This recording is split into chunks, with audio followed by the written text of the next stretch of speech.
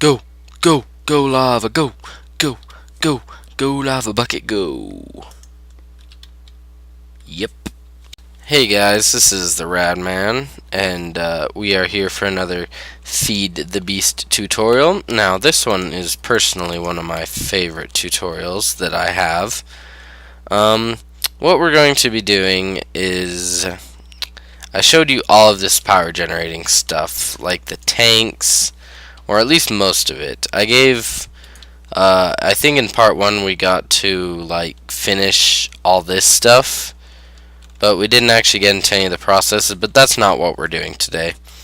What we're doing today actually involves dun dun dun dun dun dun dun dun dun the Nether.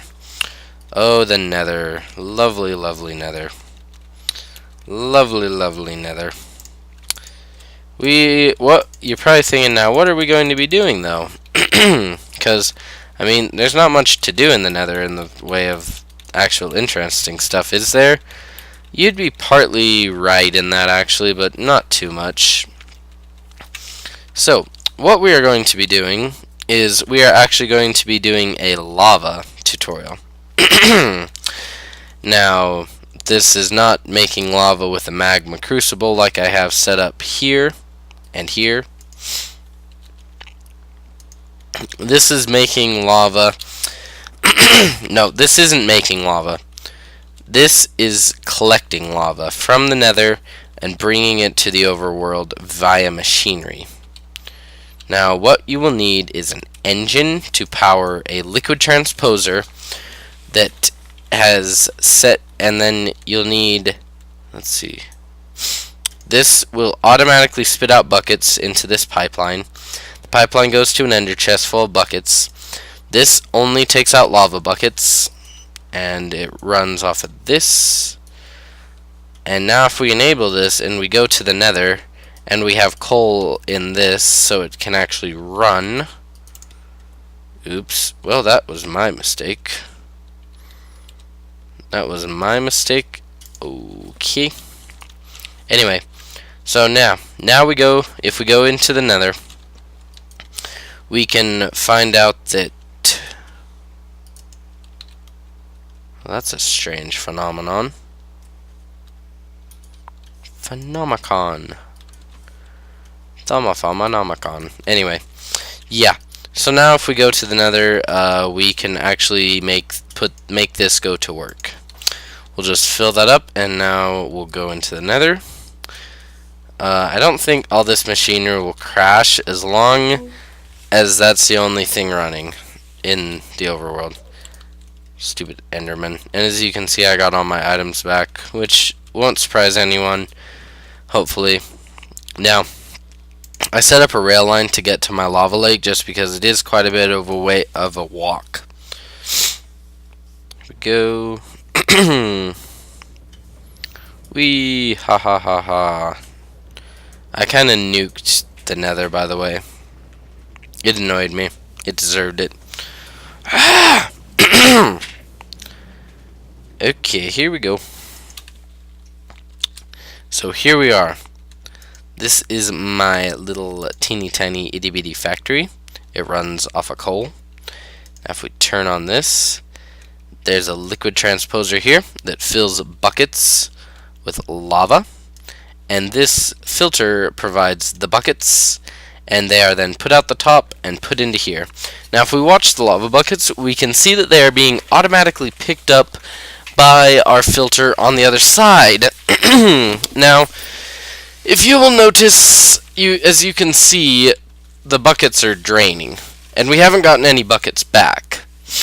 Now, that is because on the other side I used regular pipes.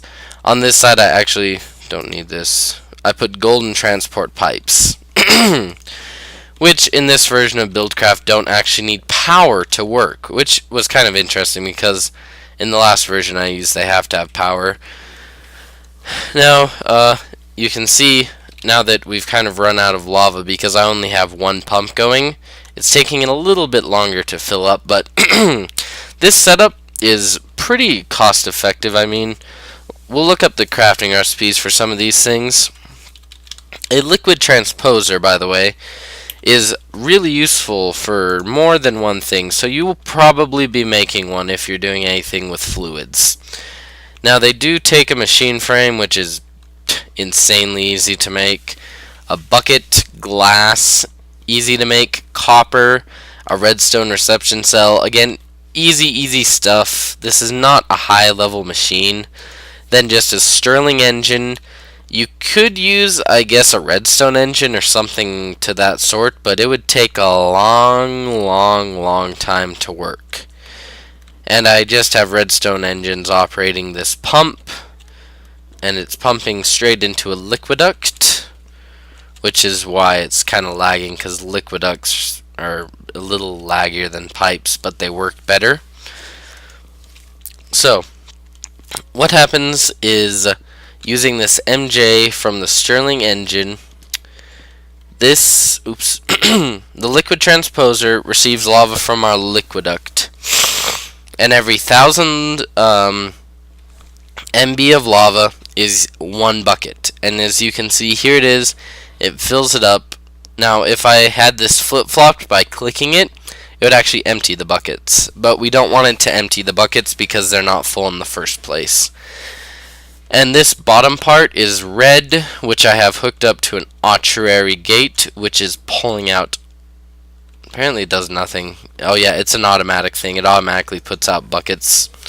And now you can see we have completely lost all lava buckets, and we are actually getting a return on some buckets now. 13, yeah. If we shut off the filter, we can see a few come in. This will go to 14 in just a second. Yep. So our little setup on the other side is working. And you could literally go AFK here, and as long as you have a massive storage tank in the overworld, I don't think that this will break, because you can actually technically leave this running, and since the Nether isn't loaded, it won't use up coal. Now, the one thing you will have to be careful of is that you don't overflow the system if your unloading station is running off of something like a Stirling engine, but you don't have enough coal. That would basically just overflow the sender chest, because all the buckets would be trying to come out of it, or enter into it, and there wouldn't be any space for them. Now, there probably are more compact ways, like I think if you just use, we'll actually try and make this a teeny bit more compact. It's about as compact as it can be, though. I know that. I guess if we put a filter, it's really hard to place filters actually. If we put a filter, we need a tube. If we get our pneumatic tube and we place it here, right there, and we put a filter right there. I believe this is the most compact it can get, is this right here. If you had this like that, and then you could take this and put it in here, but then you'd have no shut off. So I'm going to keep it working like this just because it's easier. And I like to shut off this machine before I leave the Nether, because I don't want it running while I'm not here, because it won't work right. And you have to be in the Nether for this to work. If you're in the overworld, it will continue to empty the lava buckets until there are none left, but it won't actually work right. So yeah, keep that in mind. I think that's all. I'll show you the crafting thing for a pump really quick, because I realized you'll probably need a pump and a filter. I need to show you for a filter first. So a filter is really easy. Just a little bit of gold and a piston and a red doped wafer, which is 4 redstone, and a silicon wafer and an alloy furnace. And it's a silicon barrel and a diamond handsaw, and it's in an alloy furnace, 8 sand and coal or charcoal and sand. Now, There are probably some of you who are saying, but wait, we don't want, I don't want to pay, I don't want to have to make silicon bowels because it takes a diamond handsaw. And that takes 2 diamond. Well, here's what I say to that. By the time you need this much lava continuously, it's more than likely you're not going to miss the few diamonds it takes to set this sucker up. Oh, I just threw my Thaumonomicon away accidentally. I need a new one now. This, by the way, is the world where whenever my crafting recipes in the regular world don't work, I have to go. Because this is where I've actually unlocked everything. Yeah. So it's kind of a pain in the butt if I don't have it on hand whenever I come into this world. And this was all for researching purposes, but I'm pretty sure I've found out almost every research in Thaumcraft. I know that's probably almost impossible, but I've spent a few hours doing it, so I should be at least close. There's probably no way I'm all done, but I am probably at least somewhat close. But that's not our concern. Yeah. So now I'll show you the crafting recipe for a pump. And the pump you'll want to use is this guy right here. I don't know how to operate this guy, and this is just weird, the advanced pump. Now this pump, it is a really efficient thing, but it takes a fluid pipe, grates, which are kind of annoying to make. Here's fluid pipe, just more brass than anything, but they give you a lot. And a blue electric motor, which is the main thing that kept me from making it because I hate iron bars. So yeah, you'll need this, which is just a mining well with a tank, and a mining well is just an iron gear. This is like the lowest of the low you can go, besides maybe the liquid transposer. Actually, the pump is less advanced than the liquid transposer.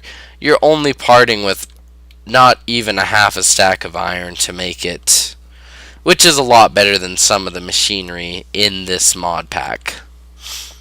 But anyway, that's all for now. I think I might have to go in the overworld and shut some of the machinery off because it's lagging like crap right now.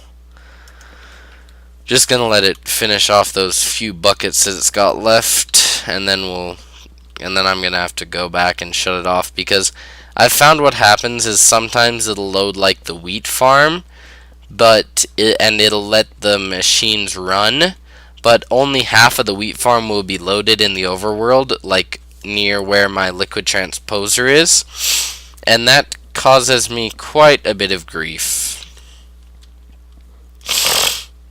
Yeah, anyway, that'll be all for this episode. Thanks for watching, guys. This has been theradman.